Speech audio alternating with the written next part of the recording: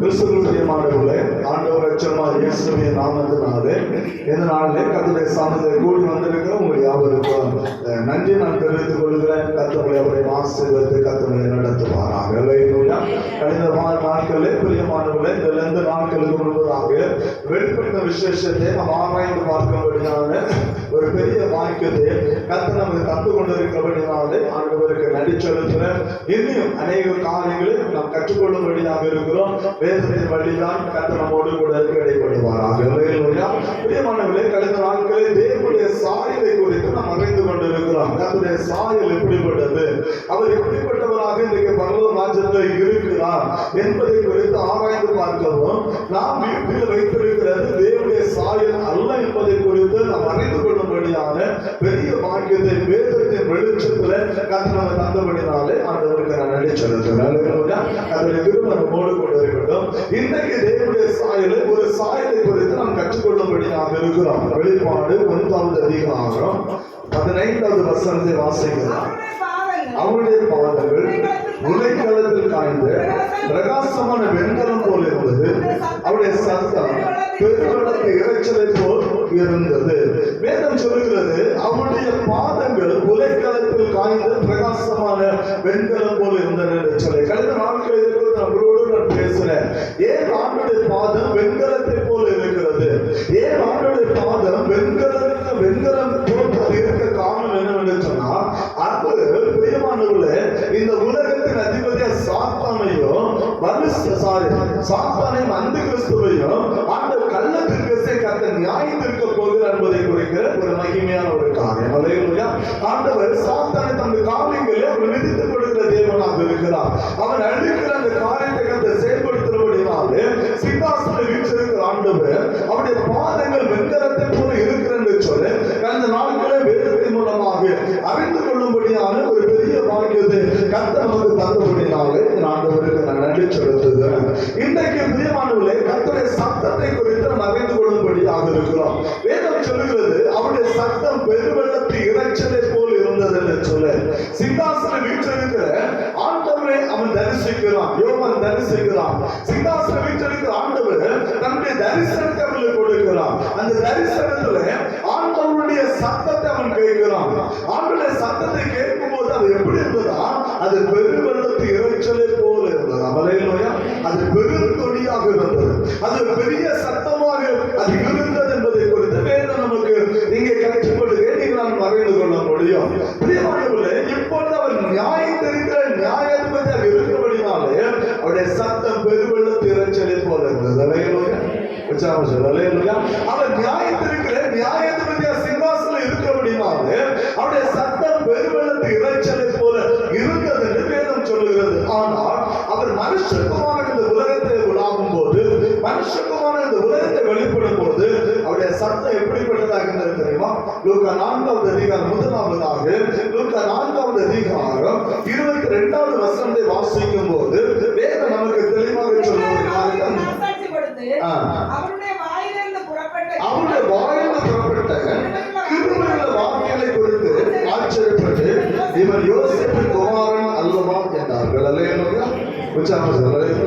ஆண்டவராகிய இயேசு தேவாலயத்துக்கு போகிறார். அந்த ஊழியத்தின் நாட்களில் அவர் தேவாலயத்துக்கு அவர் கடந்து போகிறார். வேதம் 16, 17 வசனத்தை வாசிப்பதற்கு அறிந்து கொள்ள முடியும். நாசரேத்து ஊருக்கு அவர் வந்து தேவாலயத்துக்கு அவர் கடந்து செல்லுகிறார். அந்த ஜெப ஆலயத்துக்குள்ளே கர்த்தர் நுழைந்து கர்த்தர் ஏசாயா தீர்க்கதரிசன புத்தகத்தை வாங்கி அதை வாசிக்க ஆரம்பிக்கிறார். ஏசாயா தீர்க்கதரிசன புத்தகத்தை அவர் வாசிக்க ஆரம்பிக்கும் போது தன்னை குறித்து, தன்னுடைய வருகை, தான் செய்யக்கூடிய ஊழியம் என்பதை குறித்து தீர்க்கதரிசி என்ன சொன்னாலும் அதை கர்த்தர் வாசிக்க ஆரம்பித்தார். அல்லேலூயா. அதை கர்த்தர் வாசிக்க ஆரம்பித்த உடனே ஆண்டவர் சொன்னார், இந்த தினம் இந்த வேத வாக்கியம் என்ன செய்து நிறைவேறிவிட்டது கர்த்தர் சொன்னார். ஏனென்று சொன்னால், அது அவரால் செயற்படுத்தப்படும் காரியம். அவர் செய்ய போகிற மகிமை ஊழியத்தை இந்த பூமியிலே அவர் வெளிப்படுத்தக்கூடிய ஒரு காரியம் என்பதை மறந்துவிடக் கூடாது. அப்ப ஏசாயா தீர்க்கதரிசி சொன்ன வார்த்தை கர்த்தர் வாசித்து விட்டு அவர் சொன்ன ஒரு காரியம் என்னவென்று சொன்னால், இன்றைய தினம் இந்த வார்த்தை நிறைவேறிட்டு 22வது வசனம் சொல்லுகிறார். இந்த வேத வாக்கியம் நிறைவேறிட்டு என்று சொன்ன உடனே ஜனங்கள் அடுத்த வார்த்தை, அடுத்த வசனத்தை வேதம் சொல்லுது, அவருடைய கிருபை உள்ள வார்த்தை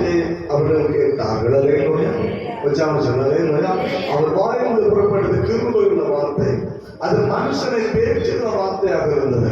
அது மனுஷனை பிரியமானவர்களே அவருடைய தேவனை சந்திக்கிற வார்த்தையாக இருந்தது. அல்லேலூயா. அவர் மனுஷத்துவமான வெளிப்பட்ட போது அவர் வாயில் வந்த வார்த்தை விட கிருபையுள்ள வார்த்தை. அந்த வார்த்தை கேட்கும்படியாக தான் ஆண்டவரை சுற்றிலும் ஒரு கூட்ட ஜனம் இருந்து கொண்டே இருந்தது. அல்லேலூயா. அவர் வாயிலிருந்து புறப்படுற வார்த்தை கேட்கும்படியாக அவருடைய சத்தம் அப்படியாக இருந்த மெல்லிய சத்தமாக இருந்தது. கிருபையுள்ள வார்த்தையோட வாயிலிருந்து புறப்பட்டது. அது ஜனங்களுடைய குணமாக்குறதாக இருந்தது. ஜனங்களுடைய தேவனை சந்திக்கக்கூடிய இருந்தது. அந்த வார்த்தை கேட்கும்படியாக ஒரு கூட்ட ஜனம் அவரை தேடி வந்தாங்க. ஒரு கூட்ட ஜனம் அவரை சுற்றியே இருந்து கொண்டிருந்தாங்க. அல்லேலூயா. வேத மதித்தான் நம்ம கற்றுக் கொடுக்கிறது. இரண்டாவதாக நம்ம பார்ப்போம் சொன்னா அவருடைய சத்தம் அன்பின் சத்தமாக இருந்தது.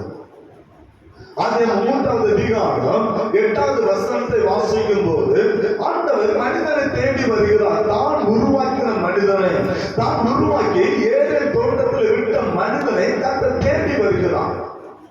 அந்த மனிதனை அவர் தேடி வருகிறது மாத்திரமல்ல, அங்கே வந்து பிரியமானவர்களே அவர் ஆதாமை ஏவாளை அவர் தேடி கொண்டிருக்கிறார்.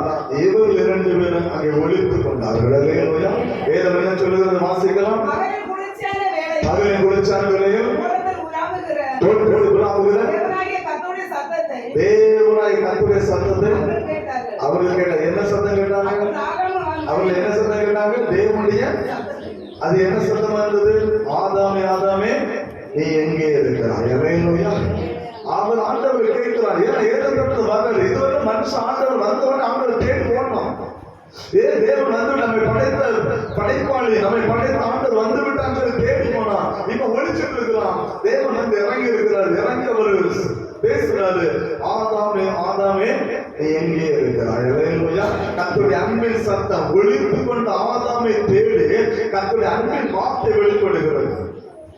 அப்படி ஏற்க மனிதனை தேடி வந்திருக்கிறார். மனிதனோடு பேச விரும்புகிறார். ஆனா மனிதனை கர்த்தரோடு ஒளித்து அவன் பின்வாங்கி ஒளித்து கொண்டு இருக்கிறான். ஆனா கர்த்தர் தேடுகிறான். ஏதத்தோடு தேடுகிறான். ஆதாமே ஆதாமே நீ எங்கே இருக்கிறார்? இந்த சத்தத்தை அவன் கேட்டான். அல்லேலூயா. கர்த்தருடைய அவன் சொல்லுது. கர்த்தருடைய சத்தத்தை அவர்கள் கேட்டார்கள். எந்த சத்தம்? ஆதாமே ஆதாமே நீ எங்கே இருக்கிறான்னு சொல்லி அவனுடைய வாயிலிருந்து புறப்பட்ட அந்த ஏகத்தில் வந்த அன்பின் வார்த்தையை அவர்கள் கேட்டார்கள். இன்றைக்கு அதே போலதான் கர்த்தருடைய அன்பின் வார்த்தை சபைக்குள்ளே இன்னைக்கு வந்து கொண்டுதான் இருக்கிறது. அல்லேலூயா. கர்த்தருடைய சத்தம் கிருபையுள்ள வார்த்தை, கர்த்தர் நம்மை தேற்றுகிற வார்த்தையை அவர் அனுப்பி கொண்டுதான் இருக்கிறார்.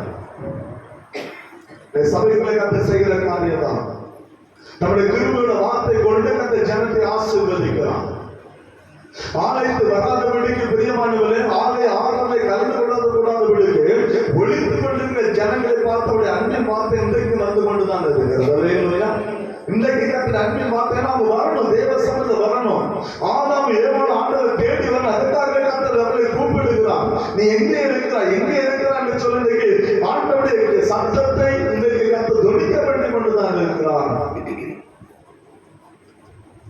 ஆனால் தேவன் இல்லை என்று சொல்லி ஒரு மதிகீடான ஒரு கூட்டம் இன்றைக்கு கர்த்தருடைய ஆலயத்தை கர்த்தர் ஆராதனை புறம்பாக தள்ளி கொண்டுதான் இருக்கிறார். ஆனா கர்த்தர் அவளை தேடி வருகிறார். அல்லேலூயா. அவருடைய சத்தம் அவளை தேடி வந்து கொண்டுதான் இருக்கிறார். யோசித்து பார்க்கிறேன். நீ சபையோட நிலைமை, நீ கர்த்தருடைய சத்தத்தை கேட்க நம்ம வந்து இருக்கிறோமா? கர்த்தருடைய வார்த்தை கேட்க நீ ஆலயத்து வரணும். கர்த்தர் அழைக்கிறார் இல்லவா? நீ எங்கே இருக்கிறான்னு சொல்லி அழைக்கிறார் இல்லவா? ஒவ்வொரு நாளும் கர்த்தருடைய ஏக்கம் அதுவாகத்தானே இருக்கிறது. நம்ம தேடிவல் அவர் நம்மளை தேடி வந்திருக்கிறார் இல்லையா? நீங்க அவருடைய சத்தத்தை நம்ம செவிட்டு இருக்கிறோம். யோசிக்கலாம். 3வது சத்தம் எப்படி இருந்ததுன்னு சொன்னா அப்போஸ்தலர் 22வது அதிகாரம் 9வது வசனத்தை வாசிக்கலாம். அப்போஸ்தலர் 22:9 என்ன சொல்லுகிறது? என்னுடனே கூட இருந்தவர்கள் சத்தத்தை கேட்டு பயமடைந்தார்கள். என்னுடனே பேசினுடைய சத்தத்தையோ அவர்கள் கேட்கவில்லை.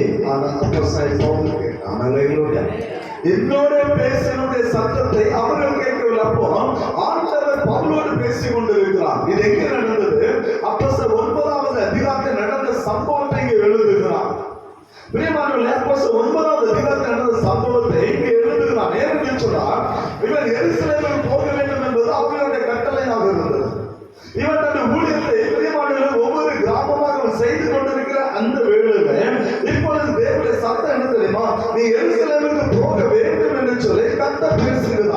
எருசலேமில் அவனுக்கு வருகிற பாடுகளை கொண்டு கர்த்தர் பேசுகிறான். அப்போஸ்தலர் நடவடிக்கைகள் 21வது அதிகாரம் நீங்க வாசிக்கணும், அறிந்து கொள்ள முடியும். அப்போஸ்தலர் 21வது அதிகாரம் 10-11 வசனத்தை வாசிக்கலாம். நாங்கள் அநேக நாள் அங்கே தங்கி இருக்கையில் அகபு என்று பெயர் கொண்ட ஒரு தீர்க்கதரிசி யூதேயாவில் வந்தான். அவன் எங்களிடத்தில் வந்து பவுலுடைய கச்சையை எடுத்து தன் கைகளை கால்களை கட்டிக்கொண்டு, இந்த கச்சை உடையவனை எருசலேமில் யூதர் இவனை கட்டி புறஜாதியர் கையில் ஒப்பு கொடுப்பார்கள் என்று எருசலேமில் அவன் பரப்போற பாடுகளை கொண்டு ஆவியானவர் தீர்க்கதரிசிகள் வெளிப்படுத்துகிறார். அப்போஸ்தலன் பவுல் பரப்போற பாடு ஊழியத்தை அவன் செய்து கொண்டிருக்கான். நீங்க 7வது வசனத்தை பார்க்கும்போது தீரன் பட்டணத்தை விட்டு அவர்கள் தொலமாய் பட்டணத்தில் வந்து அங்கே கட்டில் ஊழியத்தை அவன் செய்து கொண்டிருக்கிறான். அவன் ஊழியத்தை செய்து பிரியமான 8வது வசனத்தில் செசரியா என்கிற பட்டணத்துக்கு வருகிறான். செசரியாவுக்கு வந்த உடனே கர்த்தருடைய வார்த்தை வெளிப்படுகிறது. என்ன வெளிப்படுகிறது? எருசலேமிலே நீ கட்டப்படுவாய். அல்லேலூயா. உன்னை சார்ந்த யூதர்கள் வேற யாரும் இல்ல, உன் ஜனமே உன்னை காட்டி கொடுக்கும். உன் ஜனமே உன்னை காட்டி கொடுக்கும். சொன்னார், யூதர்கள் விதமை கட்டி புறஜாதியுடைய கையில் ஒப்பு கொடுப்பார்கள். உன் ஜனத்தை உன்னை அவமானப்படுத்தி புறஜாதியுடைய கையில் ஒப்பு கொடுக்கும். இது யார் சொல்லுகிறா? ஆவியானவர் சொல்லுகிறார். அல்லேலூயா. கர்த்தருடைய வார்த்தை வெளிவருகிறது. ஜனங்கள் என்ன சொன்னாங்க தெரியுமா? நீ போகக்கூடாதுன்னு சொன்னாங்க. அடுத்த வசனத்தை படிச்சு பார்த்து நீ போகக்கூடாது. ஆனா பவுல் என்ன சொன்னார் தெரியுமா? 13வது வசனத்தை வாசிக்கலாம். அதற்கு பவுல், நீங்கள் அழுது என் இருதயத்தை ஏன் உடைந்து போக பண்ணுகிறீர்கள்? எருசலேமில் நான் கர்த்தராகிய இயேசுவின் நாமத்திற்காக கட்டப்படுவதற்கு மாத்திரமல்ல, மரிப்பதற்கு நாம் ஆயத்தமாக இருக்கிறேன். இந்த கட்டில வந்து அவன் பேசுகிறார். நான் கட்டப்படுவதற்கு மாத்திரமல்ல, அவருக்காக ஜீவனை கொடுக்க ஆயத்தமாக இருக்கிறேன் என்று சொல்லி பவுல். எனவே அவன் சொன்னான், கிறிஸ்து எனக்கு ஜீவன், சாவி எனக்கு ஆதாயம். அவனால மட்டும்தான் சொல்ல முடியும். அவனால் மட்டுமே சொல்ல முடியும். கிறிஸ்து எனக்கு ஜீவன், சாவி எனக்கு ஆண்டவருக்காக பாடுகளை மட்டும் இல்ல, அவருக்காக நான் மரணத்தை சந்திக்க ஆயத்தமாக இருக்கிறேன். அவன் சொன்ன வார்த்தை தான். எனவேதான் ஒரு பாடலாக சொல்லுகிறது, மரணமே கூறெங்கே பாதாளமே ஜெயமெங்கே, மரணமே கூறெங்கே பாதாளமே ஜெயமெங்கே, கிறிஸ்து எனக்கு ஜீவன், அவனுக்கு ஆதாயமே, கிறிஸ்து எனக்கு ஜீவன், அவனுக்கு ஆதாயமே. அல்லேலூயா, அல்லேலூயா, அல்லேலூயா, அல்லேலூயா, அல்லேலூயா, அல்லேலூயா, அல்லேலூயா, அல்லேலூயா, அல்லேலூயா, அல்லேலூயா, அல்லேலூயா. நீரையோடு இருக்கும்போது என்னால நீரையோடு இருக்கும்போது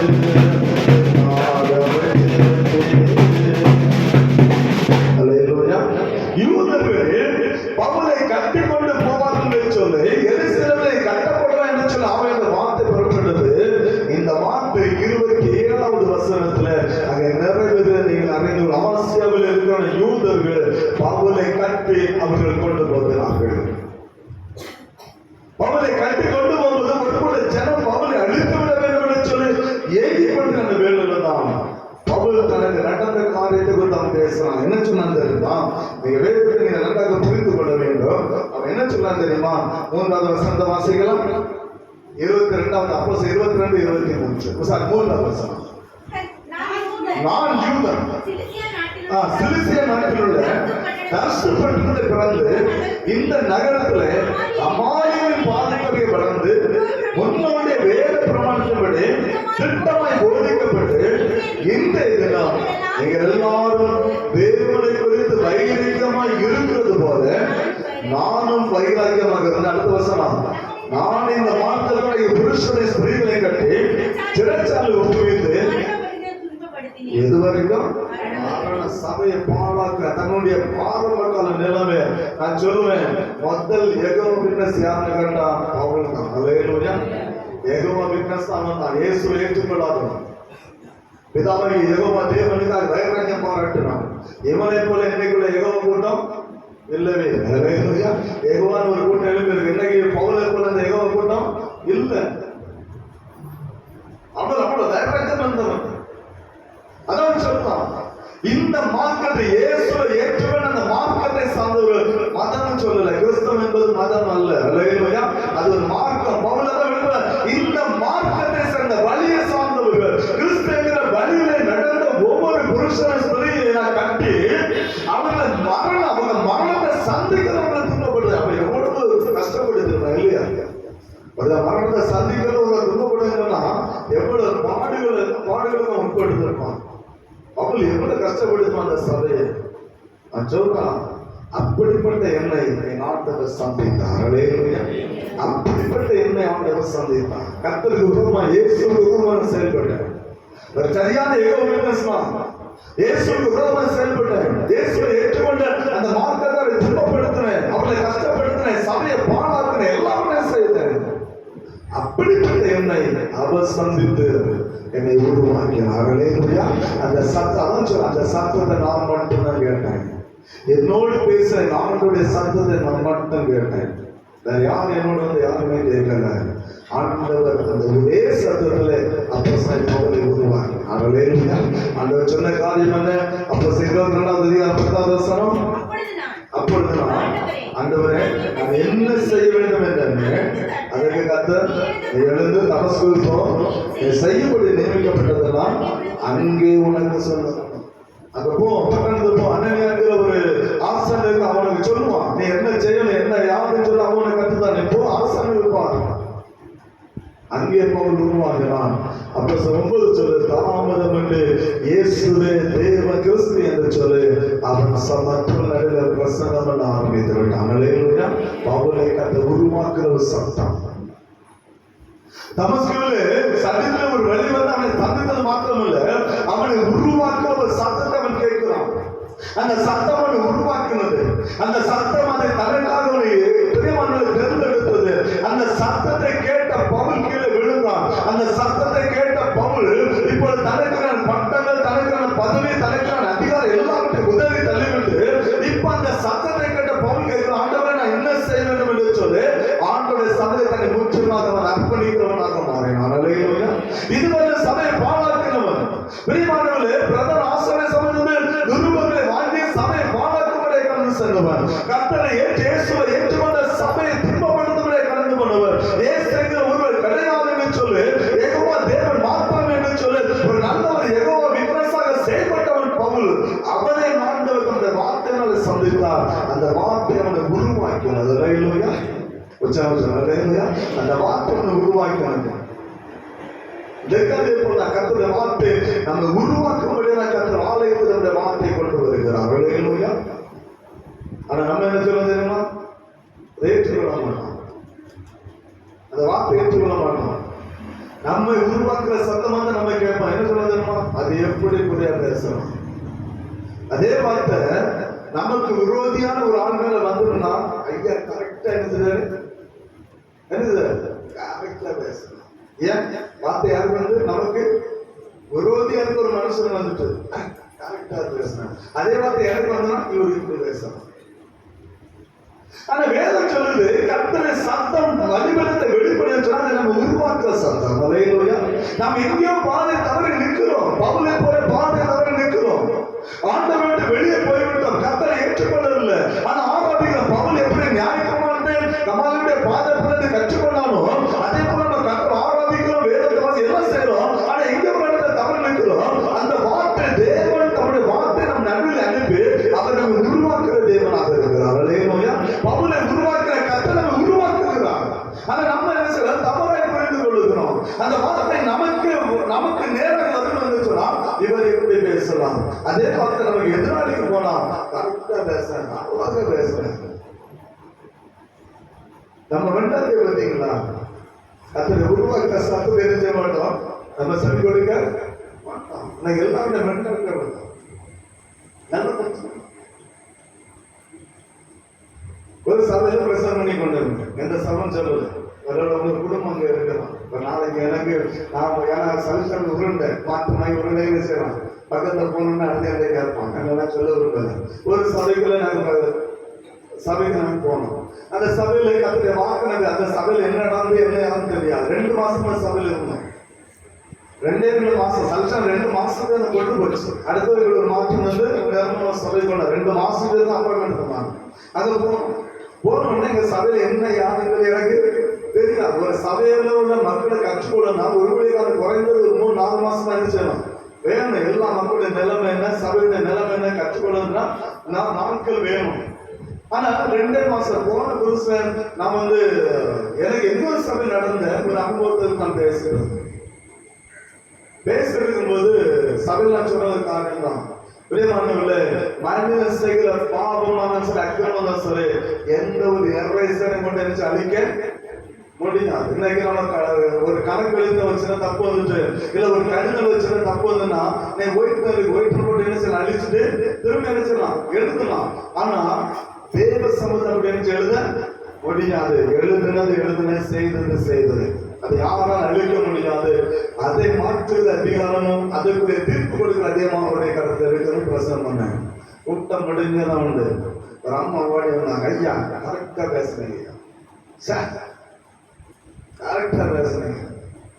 என்ன நடந்தது? அங்க ஹோம் லீக்ல கொஞ்சம் ஒயிட்டர் போட்டு அழிச்சு கணக்கு திருத்திருக்காங்க. எனக்கு தெரியாது. ஹோம் லீக்ல சம்பளம் நடந்தது. ஒயிட்டர் போட்டு வெட்டி திருப்பி எனக்கு முந்தின ஊழியக்கான காலத்துல எனக்கு தெரியாது. ஏன்னா நான் கூட 2 மாசம் ஊழியத்துக்கலாம் சம்பவமே எனக்கு தெரியாது. நான் பிரசங்கத்துக்கு பேசினேன் வந்துச்சு ஒரு வார்த்தை.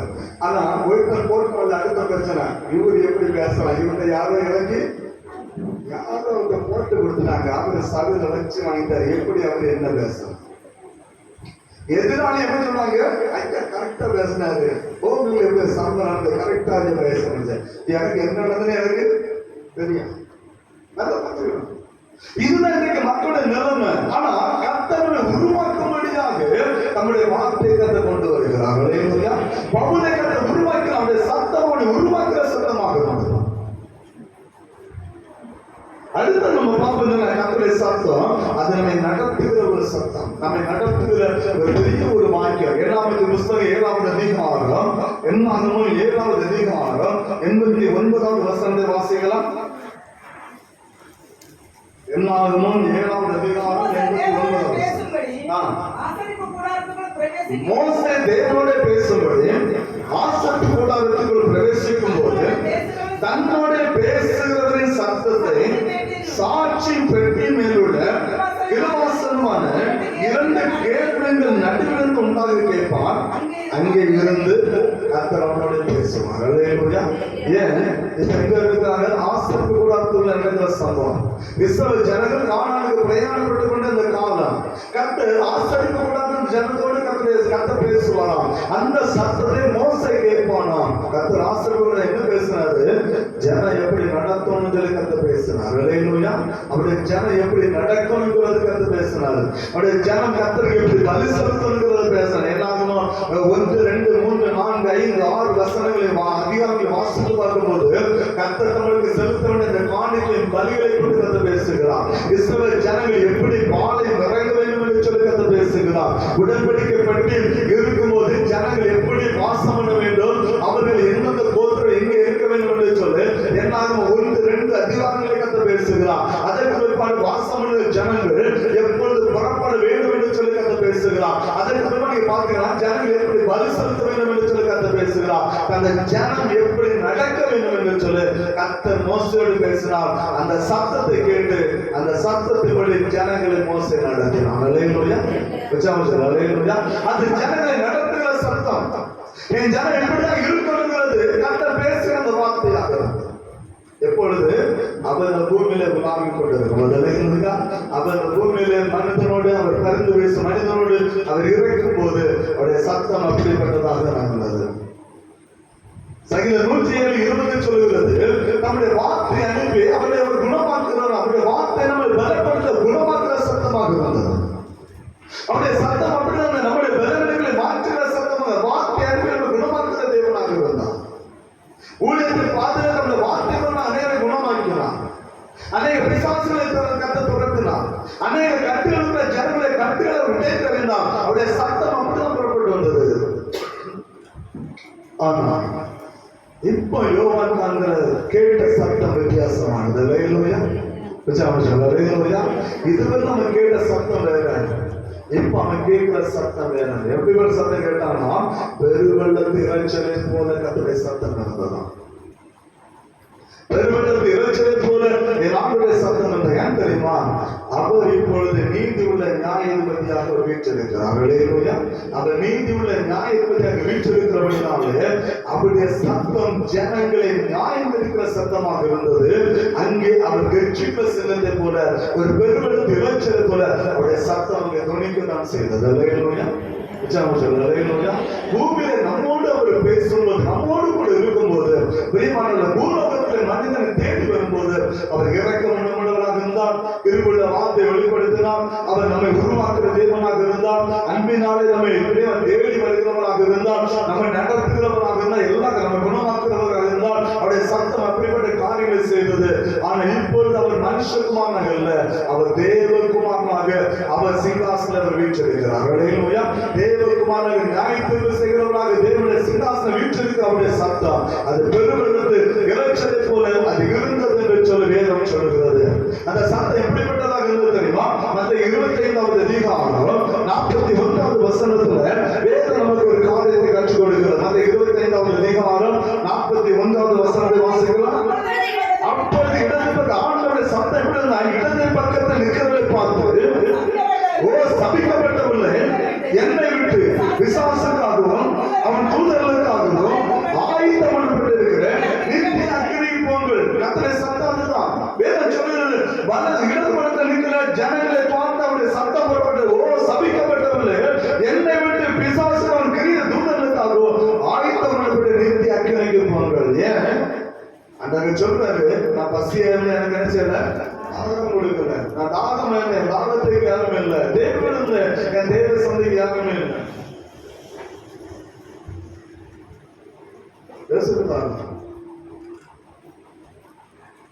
அதனாலதான் சொல்லுவேன், உலகத்தை பெண்ண வார்த்தை முதலாவது நான் தான் பிரசனம் பண்ணேன். எந்த அளவுக்கு நம்மளால் முடியுமோ அந்த அளவுக்கு மற்றவர்களுக்கு உதவி செய்ய நாம் கற்றுக்கொள்ள வேண்டும். எந்த அளவுக்கு நம்மளால் மற்றவர்கள் உதவி செய்ய முடியுமோ அந்த அளவுக்கு நம்மளால் முடிந்த உதவியை நாம் செய்ய வேண்டும். தேவை இருக்கிற ஜனங்களுடைய தேவை நம்ம சந்திக்க வேண்டும். நம்மை விட்டு பெரிய காரியம் இல்லை, நம்மளால் எது முடியுமோ அதை நாம் செய்து, அதுதான் பரலோகத்தில் பொக்கிஷம். கடைசி நாள் அதுதான் நம்ம நியாயம் இருக்கும். இங்க கர்த்தருடைய சத்தம் அதுதான். இடது பக்கத்தில் இருக்கிற கர்த்தர் பிரிக்கிறார், கர்த்தர் பிரிக்கிறார். வலது பக்கத்தில் இருக்கிற ஜனங்களை பார்த்து வச்ச காரியம் அதுதான். உங்களுக்கு ஆயத்தம் பண்ணப்பட்டிருக்கிற அந்த பிதாவுடைய வீட்டுக்கு நீங்க பிரவேசிங்கள் சொல்ல அந்த வார்த்தை இங்கே கடந்து வருகிறது. ஆனா இடது பக்கத்தில் இருக்கிற ஜனங்களை பார்த்து கர்த்தர் சொன்ன வார்த்தை தான், ஓ சபிக்கப்பட்டவர்களே. சபிக்கப்பட்ட ஜனமாய் அவர் மாறி போகிறார்கள். கர்த்தருடைய தீர்ப்பு அப்படிதான் இருக்கிறது. அவர் மனுஷகுமாரன் என்று அவர் சொன்ன வார்த்தை கேட்கல. மனுஷகுமாரன் வந்து நமக்கு அவர் கற்றுக் கொடுத்த அந்த சத்தத்தை நம்ம கேட்கல, நம்ம கற்றுக் கொடுத்த பாடத்தை நம்ம கவனிக்கல. நம்ம ஏதோ தானம் சொல்லி வாழ்ந்து கொண்டிருந்தோம். அப்படி இப்பொழுது நியாயத்தை அவர் வீற்றிருக்கிறபடினாலே அவருடைய சத்தம் வருகிறது, ஓ சபிக்கப்பட்டவர்களே. நீங்க எல்லாம் என்ன ஓடிக்கிறது ஓர்மன் ஞாபகத்தில் இருக்கக்கூடாது.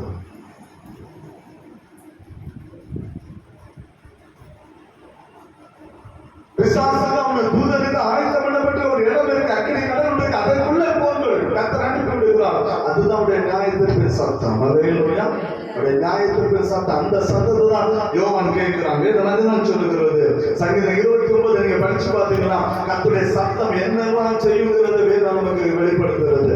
சங்கீதம் 29 முழுவதும் நீங்க வீட்டுக்கு படிச்சு பாருங்க, தெரியும் கர்த்தருடைய சத்தம் என்னெல்லாம் செய்யும், கர்த்தருடைய சத்தம் என்னெல்லாம் செய்யுங்கிறத வேதம் நமக்கு தெளிவாக சொல்லுகிறது. ஆனா இனி ஒரு நாள் சத்தம், கர்த்தருடைய சத்தத்தை பூமியில துணிக்கப்பட்டதாக இருக்கிறது. கடைசி நாட்கள் பிரியமான நாம் வாழ்ந்து கொண்டிருக்கிறோம். கர்த்தருடைய மகிமையான வருகிற நாட்கள் வாழ்ந்து கொண்டிருக்கிறோம். தேவனுடைய சாயலை தியானித்துக் கொண்டிருக்கிறோம். வெளிப்பாடு சொல்லி அவருடைய சத்தம் பெருவெள்ளத்து இறைச்சலை போல இருந்தது. அந்த சத்தம் நியாயத்திற்கு சத்தமாக இருந்தது. கர்த்தர் இன்னும் ஒரு தரம் அந்த வார்த்தை இந்த பூமியில கொண்டு வர விரும்புகிறார். அந்த வார்த்தை என்ன தெரியுமா? வாசிக்கலாம். எபிரேயர் 12வது அதிகாரம், எபிரேயர் 12வது அதிகாரம் 26வது வசனத்தை வாசிக்கலாம். அவருடைய சத்தம் அப்பொழுது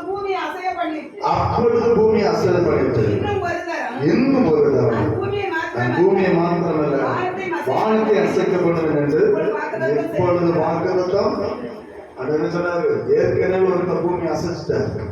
ஒரு சுனாமி நம்மள நினைச்சோம்னு தாங்க முடியல. ஒரு சின்ன அசைவு தான் கொடுத்தாரு. சுனாமி நம்மள நினைச்சு தாங்க முடியல, அழிவை தாங்க முடியல. எத்தனை வாழ்வாதாரத்தில் இருந்தோம், எத்தனை வேலைகள் இருந்தோம் இல்லையா?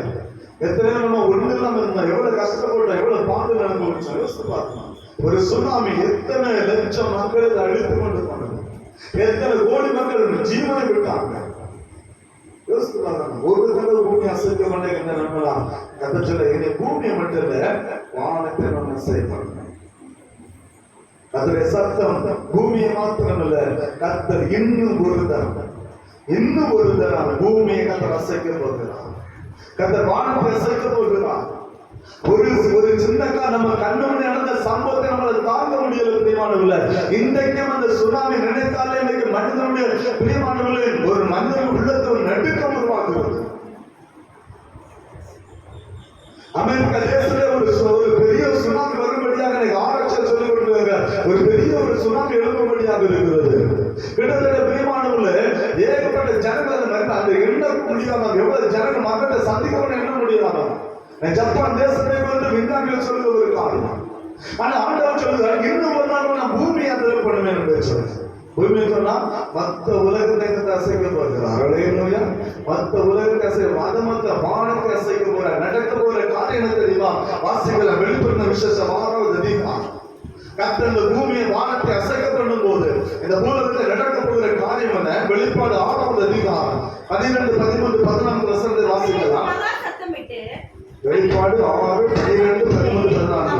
அவர் 6ஆம் முத்திரை உடைக்க கண்டேன், இதோ பூமி மிகவும் அதிர்ந்தது, சூரியன் கருப்பு கம்பளை போல கருத்தது, சந்திரன் ரத்தம் போல மாறிட்டு, அத்திமரமானது பெரும் காற்றில் அசைக்கப்படும் போது அது காய்கள் முதுகிறது போல வானத்தின் நட்சத்திரங்கள் பூமியில் விழுந்தது, வானம் சுருட்டப்பட்ட புஸ்தம் போலாகி விலகி போயிட்டு, மாலைகள் தீவுகளியாகவும் நாங்கள் இடங்களை விட்டு அகன்று போயின. அடுத்த வசனம் சொல்லு, எல்லாரும் புகைகளுக்கு ஒழிச்சு கொண்டாங்க.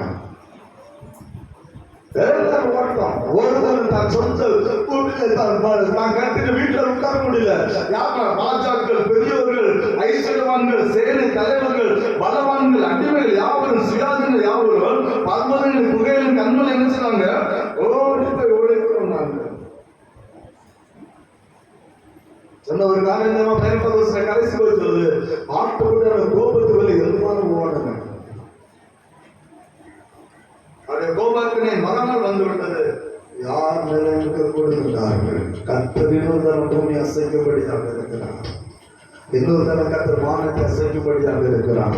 அவர் பூமியை வானத்தை அசைக்கும் போது நடக்கிற சம்பவத்தை தான் இந்த 12 முதல் 17 வரை ஒரு வசனம் காண்பித்துக் கொடுக்கிறது. பிரியமானது யோசித்து பார்க்கிறேன். பூமியில வாழும்போது மனிதன் தன்னை குறித்து பெருமை பாராட்டுகிறான். அவ்வளவு பெரிய வீடை போட்டு எவ்வளவு சம்பாதிச்சு வச்சிருக்கேன், என் வேலை அப்படி, என் பாக்கியம் எப்படி இருக்குது, அப்படி இருக்கு, என்ன ஒருவன் அசைக்க முடியாது, ஒன்றும் செய்ய முடியாது. கர்த்தர் பூமியை வானத்தை அசைக்க பண்ணும்போது ஒன்றுமே நம்ம கூட இருக்காது. எல்லாம் அழிந்து போகும். கடைசி நம்ம கிடைக்கிறது என்னன்னா மலையில உள்ள போகத்தான் நம்ம கிடைக்கும். கல்வி பொருத்தி வேணும். நான் சொல்ல பைபிள் சொல்ல அந்த 7 பணக்காரன் எல்லாம் கோகைக்குள்ள ஒழிச்சு விடுவோம். ஏன்? கர்த்தருடைய கோபாக்கிற வாழ் அப்படிப்பட்டதாக இருக்கும். அந்த சத்தத்தை தான் யோவான் கேட்கிறான். அந்த சத்தத்தை தான் யோவான் கேட்கிறான்.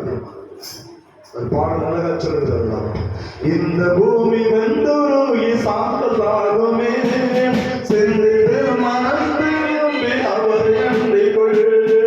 இந்த பூமி வெந்துருகி சாம்பலாகுமே, செந்திடு மனந்திரும்பி அவர் அண்டை கொள். விரைவுடு ஓடிவா வெண்ணிலே சேரவே, விரைவுடு ஓடிவா வெண்ணிலே சேரவே.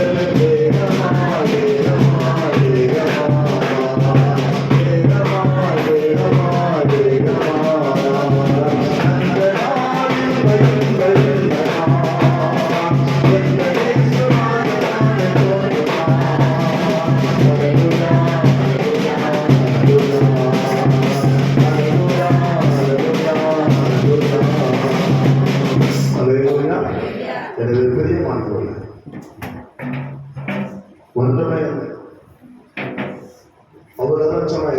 குப்பர் ஒண்ணுமே இல்லை. என் ஆண்டவருக்காக பாடுபடுக்க மாத்திரமல்ல, மடிக்கும் ஆயத்தமாக இருக்கிறேன். கர்த்தருக்காக எல்லாவற்றையும் இழந்து ஆண்டவர் மட்டுமே போதும் என்று ஓடினவன் பவுல். எனவே பிரியமானவன், ஒரு நாள் இந்த பூமி வந்து சாம்பலாய் மாறிப்போம். கர்த்தர் கொடுக்கிற நாட்கள் மனம் திரும்புகிற அனுபவத்தோடு நாம் ஜீவிப்போம் என்று சொன்னார். அவருடைய சத்தம் துணிக்கும் போது நாம் மகிமைக்குள்ள பிரவேசிக்கிறதே வாக்கியத்தை பெற்றுக்கொள்வோம். அதை நாய் திரும்புகிற தப்பு பிரியமானவர்கள். கர்த்தர் புதிய வானத்தை புதிய பூமியை உருவாக்குவார். இந்த பூமியை அதிரப்படுவது மாத்திரமல்ல, வானத்தை நட்சத்திரம் கர்த்தர் விழ பண்ணுவார். வேதம் பிற்பாடு நம்ம நாளில் தியானிக்கக்கூடிய வேதம் சொல்வது 3 ஒருவங்க அழிந்து போவார்களாம். ஒரு பெரிய ஒரு அழிவு உண்டாயிருக்கும். அந்த பூமி அதிரப்படும் போது கர்த்தர் வானத்தை நட்சத்திரங்கள் அசைத்ததை விழ பண்ணும் போது பூமியில ஒரு பெரிய ஒரு பங்கு அழிக்கப்பட்டது. நீங்க கேட்டு யூடியூப்ல பாத்தீங்கன்னா தெரியாது, மனுஷன் உருவாக்கணும் செயற்கைக்கோள். அதுல ஒரு செயற்கைக்கோள் செயற்கிழந்து போனதான், அதுல ஒரு செயற்கைக்கோள் வெடித்து விட்டதாம். அதுல துண்டுகள் சிதறி போய் வான மண்டலத்தில் நின்று கொண்டிருக்கிறதாம். அதுல ஒரு துண்டு பூமியில விழுந்தாலே போதுமா, பூமியால என்ன தாங்க உருவாக்குனாரு. மனுஷன் உருவாக்குன செயற்கைக்கோள் துண்டே மனுஷன் தாங்க முடியாது. பூமி அவ்வளவு அழிவு சந்திக்கணும். அதன் கர்த்தர் வானத்தை அசைப்பார் என்று சொன்னார். இது வந்து மனிதன் விட்ட ஒவ்வொரு செயற்கைகளும் இந்த பூமியில விழும் என்று சொன்னார். கர்த்தர் உருவாக்கின நட்சத்திரம் இந்த பூமியில விழும் என்று சொன்னார். நம்முடைய நிலைமை என்ன என்பதை யோசித்து பார்க்க வேண்டும். இந்த சத்தத்தை நாம் கேட்கலாம். பெருவெள்ளம் திணைச்சலை போல ஒரு சத்தம். பெரியமானவர்கள், கர்த்தர் நமக்கு நல்ல நாளை தந்திருக்கிறார். அவர் கிருபையை பார்த்து வெளிப்படுத்தினார். அவர் இறக்கமுள்ள தேவனாக இன்றைக்கு அவர் வெளிப்பட்டுக் கொண்டிருக்கிறார். நம்ம உருவாக்குற தேவனாக இந்த வார்த்தை அனுப்பி கொண்டிருக்கிறார். கர்த்தர் கொடுத்த நாளிலே பிரியமான மனம் திரும்பி அவருடைய கிருபையுள்ள வார்த்தைக்கு செவி கொடுத்து அவரை போல நம் வாழ கற்றுக்கொள்ளும் என்று சொன்னார். வரும் நாட்களை கர்த்தர் இந்த உலகத்தை அழிக்கும் போது அவருடைய சத்தம் பெருவெள்ளத்தை இரைச்சலை போல சிங்காசனம் துணிக்கும் போது நீங்கள் நான் பரிசுத்தம் உள்ள பிள்ளைகளாக அவரோடு வாழ்கிற பெரிய பாக்கியத்தை பெற்றுக்கணும். இல்லை சொன்ன கர்த்தர் வாய்ந்த புறப்பட வார்த்தை சபிக்கப்பட்டவில்லை. விசுவாசமுடைய தூதர்களுக்கு ஆயத்தமான அக்கிரங்களை கடந்து போகிறது. இதுதான் அவருடைய வார்த்தையாக இருந்தான். கர்த்தருடைய வலது வாசல் நிற்கும்படியா நம்ம இருக்கிறோமா, அதை இடது பகுதியில் நிற்க போகிறோமா? கர்த்தர் வலது பக்கத்தில் நிற்க போகிறோம். வலது பக்கத்தில் நிற்கிற நித்தியராட்சத்தை கொடுக்க அவர் வல்லமையுள்ள தேவனாக இருக்கிறார். இடது பக்கத்தில் நிற்கிறவரை பார்த்தவர் சொல்லுகிறார், அக்கினி கடலில் போங்கள் என்று சொல்ல. நம்ம எந்த பக்கம் நிற்க போகிறோம்? அவர் சிங்காசன வீட்டில் இருக்கிற தேவனாக இருக்கிறார். அடுத்து வலது பக்கத்தில் நிற்க போகிறோம், அவர் இடது பக்கத்தில் நிற்க போகிறோம். கர்த்தருடைய சத்தத்தை முழங்க பண்ண போகிறார். கர்த்தர் இன்னும் ஒரு பூமி அசைக்க போகிறார். நம்முடைய வாழ்க்கை இந்த உலகத்தை வாழ்க்கை நீங்கள் எப்படிப்பட்ட ஒரு வாழ்க்கை வாழ்ந்து கொண்டிருக்கிறோம். நான் வாழ்கிற வாழ்க்கை கர்த்தருக்கு பிரியமாக இருக்குமானால் நாளோட வலது வாசல் வீட்டில் இருக்கிற அந்த பெரிய வாக்கியத்தை நீங்கள் பெற்றுக்கணும். அந்த வாக்கியத்தை நமக்கு தரும்படியாக, அந்த மன திரும்ப அனுபவத்தை நமக்கு தரும்படியாக, கர்த்தருடைய வாக்கை ஏற்றுக்கொண்டு அந்த வாக்கியம் நடக்கிற அந்த கிருபைகளை கர்த்தர் தரும்படியாக அவருடைய சபை அர்ப்பணித்து வச்சிருந்தோம். கர்த்தரை அவரை ஆசீர்வதித்து நடத்துவாராக. ஆமென். ஜெபம் செய்வோம். மகா இரக்கம்